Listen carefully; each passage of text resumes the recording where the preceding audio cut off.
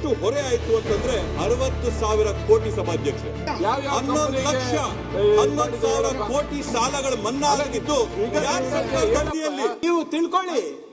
ನಿರ್ಮಲಾ ಸೀತಾರಾಮನ್ ಅವರು she placed it on the floor of the house. ಈ ಸಾಲಗಳು ಮನ್ನಾ ಆದಂತ ಸಂದರ್ಭದಲ್ಲಿ ಕಾಸು ಯಾರು ಕಳ್ಕೊಳ್ಳುವಂತದ್ದು? ರಾಜ್ಯ ಸರ್ಕಾರನೂ ಕಾಸು ಕಳ್ಕೊಳ್ಳಲ್ಲ, ಕೇಂದ್ರ ಸರ್ಕಾರನೂ ಕಾಸು ಕೊಂಡ್ಕೊಳ್ಳಲ್ಲ.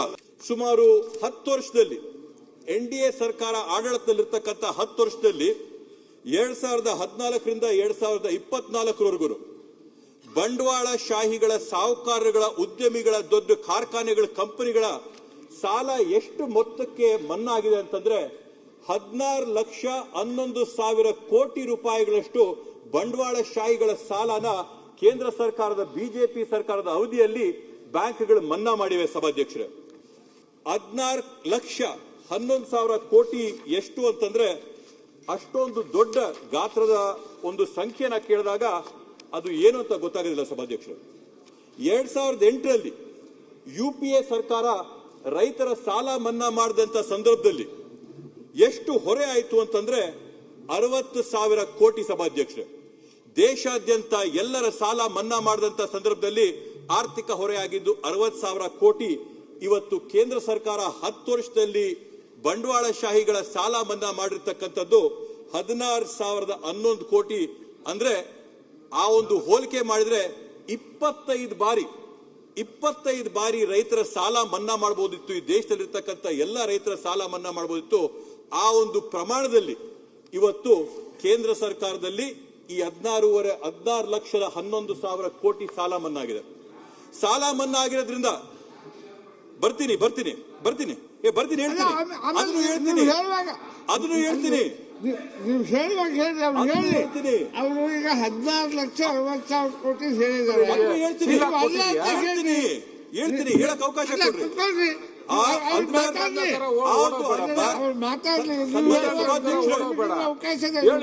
ಸನ್ಮಾನ್ಯ ಸಭಾಧ್ಯಕ್ಷರೇ,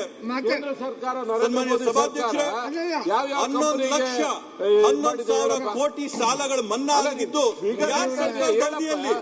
ಯಾರು ಯಾರು ಆಡಳಿತದಲ್ಲಿದ್ರು ತೋರಿಸು. ಅಂಕಿಅಂಶಗಳು ಕೊಟ್ಕೊಂಡು ಪ್ರಕಾರ ಅಂಕಿಅಂಶಗಳಿಂದ ಯಾವುದು ಮಾತಾಡ್ತಾ ಇಲ್ಲ. ಅಂಕಿಅಂಶಗಳು ನಿಮ್ಮ ಸರ್ಕಾರ ಕೊಟ್ಟಿರ್ತಕ್ಕಂಥ ಅಂಕಿಅಂಶಗಳನ್ನ ಹೇಳ್ತಿದ್ದೀನಿ. ನಾನು ಬೇರೆಯವ್ರ ಅಂಕಿಅಂಶ ನಾನು ನಿಮ್ಮ ಕೇಂದ್ರ ಸಚಿವರಲ್ಲಿ ನಿಮ್ಮ ಸೆಂಟ್ರಲ್ ಗವರ್ಮೆಂಟ್ ಫೈನಾನ್ಸ್ ಮಿನಿಸ್ಟರ್ ಮಾಡಿದ್ರೆ ಅಲ್ಲಿ ಮಾತಾಡ್ತಾರೆ. ಫೈನಾನ್ಸ್ ಮಿನಿಸ್ಟರ್ ಅಲ್ಲೆಲ್ಲ ಎಂಪಿಗಳು ಮಾತಾಡ್ತಾರೆ.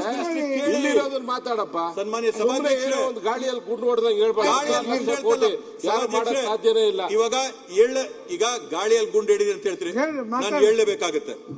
2014-15ನೇ ಇಸ್ವಿಯಲ್ಲಿ 58,000 ಕೋಟಿ ರೂಪಾಯಿ ಸಾಲ ಮನ್ನಾ ಆಗಿದೆ. 2015-16ನೇ ಇಸ್ವಿಯಲ್ಲಿ 70,000 ಕೋಟಿ ಸಾಲ ಮನ್ನಾ ಆಗಿದೆ. 2016-17ನೇ ಇಸ್ವಿಯಲ್ಲಿ 1,08,000 ಕೋಟಿ ಸಾಲ ಮನ್ನಾ ಆಗಿದೆ. 2017-18ರಲ್ಲಿ 1,60,000 ಕೋಟಿ, 18-19ರಲ್ಲಿ 2,35,844 ಕೋಟಿ ಸಾಲಗಳನ್ನ ಬ್ಯಾಂಕ್ಗಳ ಕಡೆಯಿಂದ ಮನ್ನಾ ಮಾಡಿಸವ್ರೆ. ಅದನ್ನೇ ಹೇಳೋಣ. ಇವತ್ತು ಇವೆಲ್ಲ ಮನ್ನಾ ಆಗ್ಬೇಕಂತಂದ್ರೆ ಸಭಾಧ್ಯಕ್ಷರೇ, ಈ ಸಾಲಗಳು ಮನ್ನಾ ಆದಂತ ಸಂದರ್ಭದಲ್ಲಿ ಕಾಸು ಯಾರು ಕಳ್ಕೊಳ್ಳುವಂತದ್ದು? ರಾಜ್ಯ ಸರ್ಕಾರನೂ ಕಾಸು ಕಳ್ಕೊಳ್ಳಲ್ಲ, ಕೇಂದ್ರ ಸರ್ಕಾರನೂ ಕಾಸು ಕೊಂಡ್ಕೊಳ್ಳಲ್ಲ. ಇಷ್ಟೆಲ್ಲ ಸಾಲಗಳು ಮನ್ನಾ ಮಾಡಿವೆಲ್ಲ ಬ್ಯಾಂಕ್ಗಳು. ಇಷ್ಟೆಲ್ಲ ಸಾಲಗಳು ಮನ್ನಾ ಮಾಡಿದಾಗ ಯಾವ ಬ್ಯಾಂಕು ಕೂಡ ಲಾಸ್ ಅಲ್ಲಿ ಹೋಗಿಲ್ಲ. ಈ ಎಲ್ಲ ಹೊರೆನ, ಈ ಸಾಲ ಮನ್ನಾದ ಹೊರೆನ ಯಾರು ಹೊರಬೇಕು ಅಂತಂದ್ರೆ ಸಾರ್ವಜನಿಕರು, ನಾವು ನೀವು ಹೊರಬೇಕು. ಜನ್ಧನ್ ಅಕೌಂಟ್ ಹಾಕೊಟ್ಟಿರ್ತಕ್ಕಂಥ ಬಡವನು ಹೊರಬೇಕು.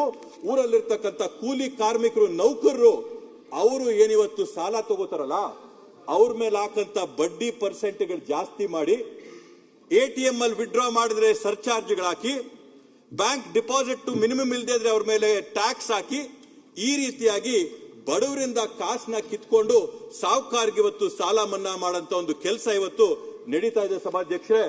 ಇವತ್ತು ಸತೀಶ್ ಅಣ್ಣವರು ನನಗೂ ಕೂಡ ಆತ್ಮೀಯರು. ಕೇಳಿದ್ರು ಎಲ್ಲೋಯ್ತಪ್ಪ ಈ ಕಾಸು ಅಂತೇಳಿ. ಈ ಕಾಸು ಎಲ್ಲೋಯ್ತು ಅಂತ ಹೇಳಿದ್ರೆ 16 ಲಕ್ಷ ಕೋಟಿ ಇವತ್ತು ಮಾಯ ಆಗಿರ್ತಕ್ಕಂಥದ್ದು ಬಂಡವಾಳ ಶಾಹಿಗಳಿಗೆ ಕೊಟ್ಟಿರ್ತಕ್ಕಂಥದ್ದು. ಒಂದು ಉದಾಹರಣೆ ಕೊಡ್ತೀನಿ. ಇದೇ ನಾನು ಹೇಳ್ತಾ ಇರ್ತಕ್ಕಂಥದ್ದಲ್ಲ.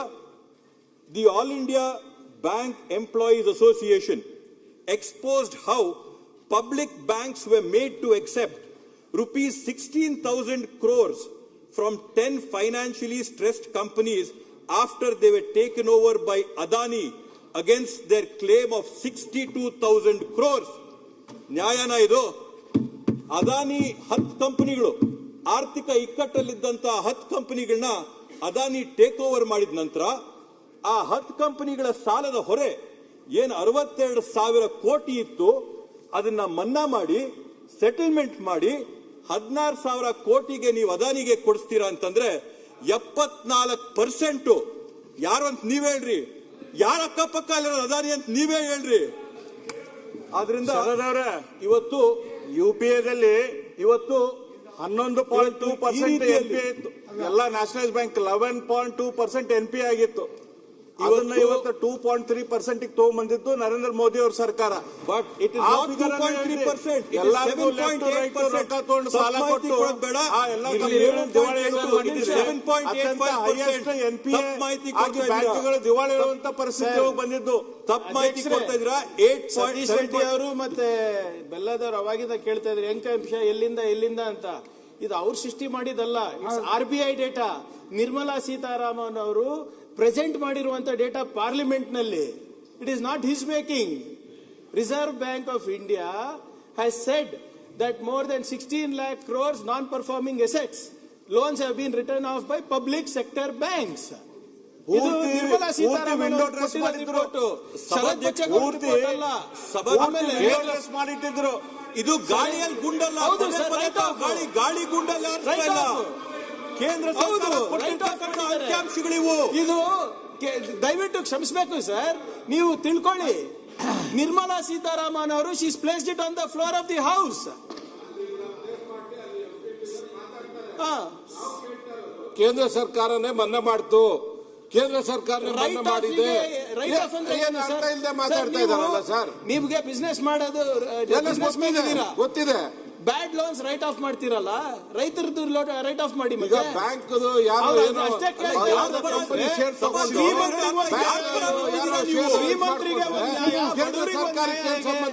ಮತ್ತೆ ಸಾಲ ಮನ್ನಾ ಮಾಡಿ ಸರ್ಕಾರಕ್ಕೆ ಸಂಬಂಧ ಇರುತ್ತೆ. ಶ್ರೀಮಂತರದ್ದು ಯಾಕೆ ಮಾಡ್ತಾ ಇದ್ದೀರಾ? 16 ಲಕ್ಷ ಕೋಟಿ ರೂಪಾಯಿ ಶ್ರೀಮಂತರದ್ದು ಸಾಲ ಮನ್ನಾ ಆಗುತ್ತೆ, ಬಡವರ ಸಾಲ ಮನ್ನಾ ಯಾಕೆ ಆಗ್ತಾ ಇಲ್ಲ?